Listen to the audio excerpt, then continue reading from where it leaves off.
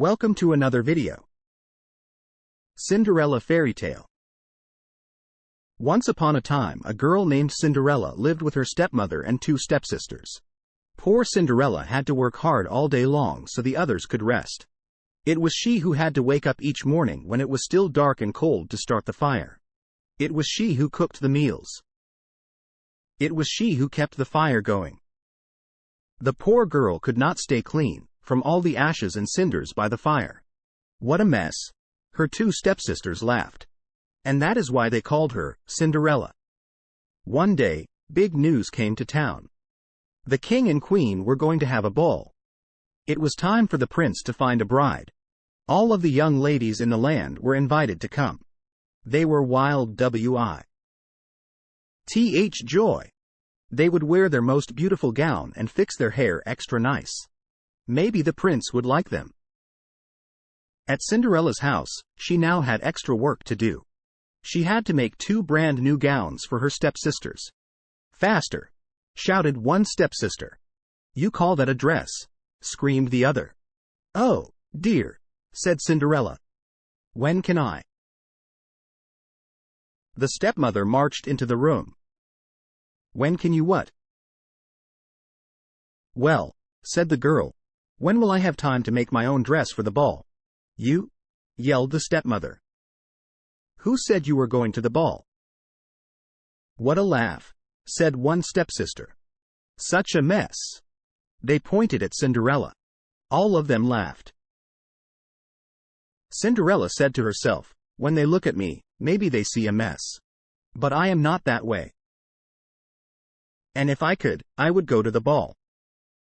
Soon the time came for the stepmother and stepsisters to leave for the big party. Their fine carriage came to the door. The stepmother and stepsisters hopped inside. And they were off. Goodbye, called Cinderella. Have a good time. But her stepmother and stepsisters did not turn around to see her. Ah, me, said Cinderella sadly.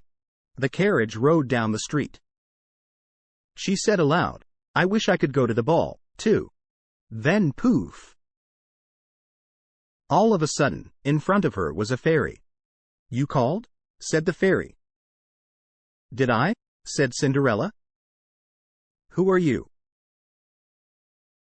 Why, your fairy godmother, of course. I know your wish. And I have come to grant it. But, said Cinderella, my wish is impossible.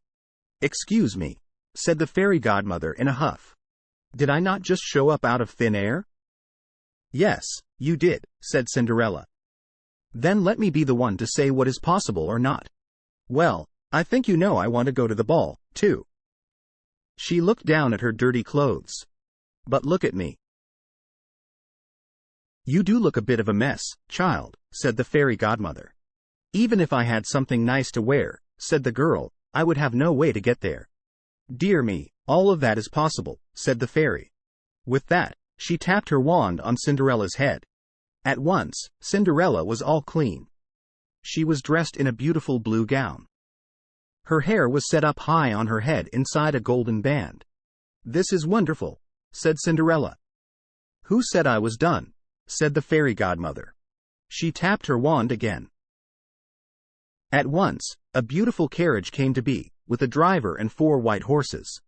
Am I dreaming? Said Cinderella, looking around her. It is as real can be, said the fairy godmother. But there is one thing you must know. What is that? All of this lasts only to midnight. Tonight, at the stroke of midnight, it will all be over. Everything will go back to how it was before. Then I must be sure to leave the ball before midnight, said Cinderella. Good idea, said the fairy godmother. She stepped back. My work is done. And with that, the fairy godmother was gone. Cinderella looked around her. Did that even happen? But there she stood in a fine gown, and with a golden band in her hair. And there were her driver and 4 horses before her, waiting. Coming? Called the driver. She stepped into the carriage. And they were off. Over at the ball, the prince did not know what to think. Why do you have that sad look on your face? The queen said to her son. Look around you. You could not ask for finer maidens than these. I know, mother, said the prince. Yet he knew something was wrong. He had met many of the young women. Yet after he said, hello, one by one, he could find nothing more to say. Look! Someone pointed to the front door. Who is that? All heads turned. Who was that lovely maiden stepping down the stairs? She held her head tall and looked as if she belonged. But no one knew her. There is something about her, said the prince to himself. I will ask her to dance. And he walked over to Cinderella. Have we met? Said the prince. I am pleased to meet you now, said Cinderella with a bow. I feel as if I know you, said the prince. But of course, that is impossible. Many things are possible, said Cinderella, if you wish them to be true. The prince felt a leap in his heart. He and Cinderella danced. When the song was over, they danced again. And then they danced again, and yet again. Soon the other maidens at the ball grew jealous. Why is he dancing all the time with her? They said. How rude! But all the prince could see was Cinderella. They laughed and talked, and they danced some more. In fact, they danced for so long that Cinderella did not see the clock. Dong! Said the clock. Cinderella looked up. Dong! Went the clock again. She looked up again. Oh, my! She cried out. It is almost midnight. Dong! Rung the clock.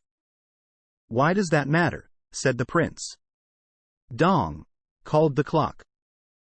I must go, said Cinderella. Dong! Went the clock. But we just met, said the prince. Why leave now? Dong! Rung the clock. I must go, said Cinderella. She ran to the steps. Dong!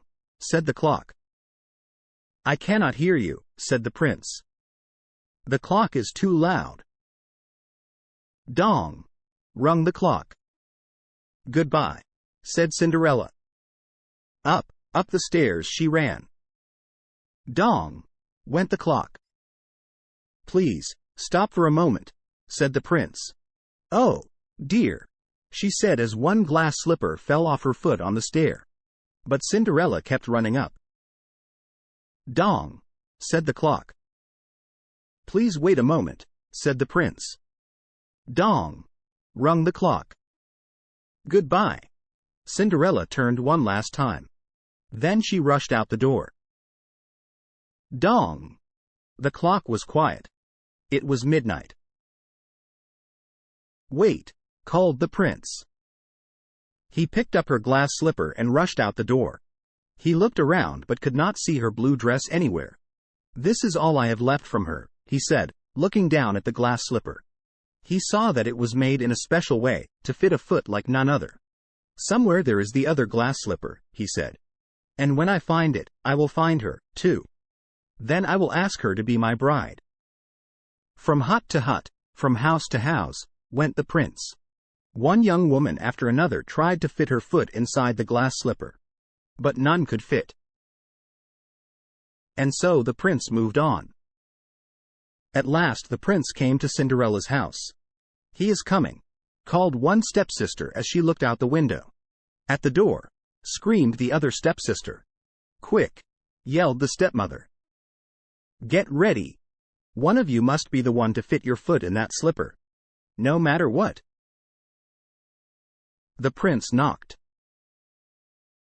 The stepmother flew open the door. Come in, she said. I have two lovely daughters for you to see. The first stepsister tried to place her foot in the glass slipper. She tried hard, but it just would not fit. Then the second stepsister tried to fit her foot inside. She tried and tried with all her might, too. But no dice. Are there no other young women in the house? Said the prince. None, said the stepmother. Then I must go, said the prince. Maybe there is one more, said Cinderella, stepping into the room. I thought you said there were no other young women here, said the prince. None who matter, said the stepmother in a hiss. Come here, said the prince. Cinderella stepped up to him. The prince got down on one knee and tried the glass slipper on her foot. It fit perfectly. Then, from her pocket Cinderella took out something. It was the other glass slipper. I knew it, he cried. You are the one. What? Shouted a stepsister. Not her, screamed the other stepsister. This cannot be, yelled the stepmother. But it was too late. The prince knew that Cinderella was the one. He looked into her eyes. He did not see the cinders in her hair or the ashes on her face. I have found you, he said. And I have found you, said Cinderella. And so Cinderella and the prince were married, and they lived happily ever after.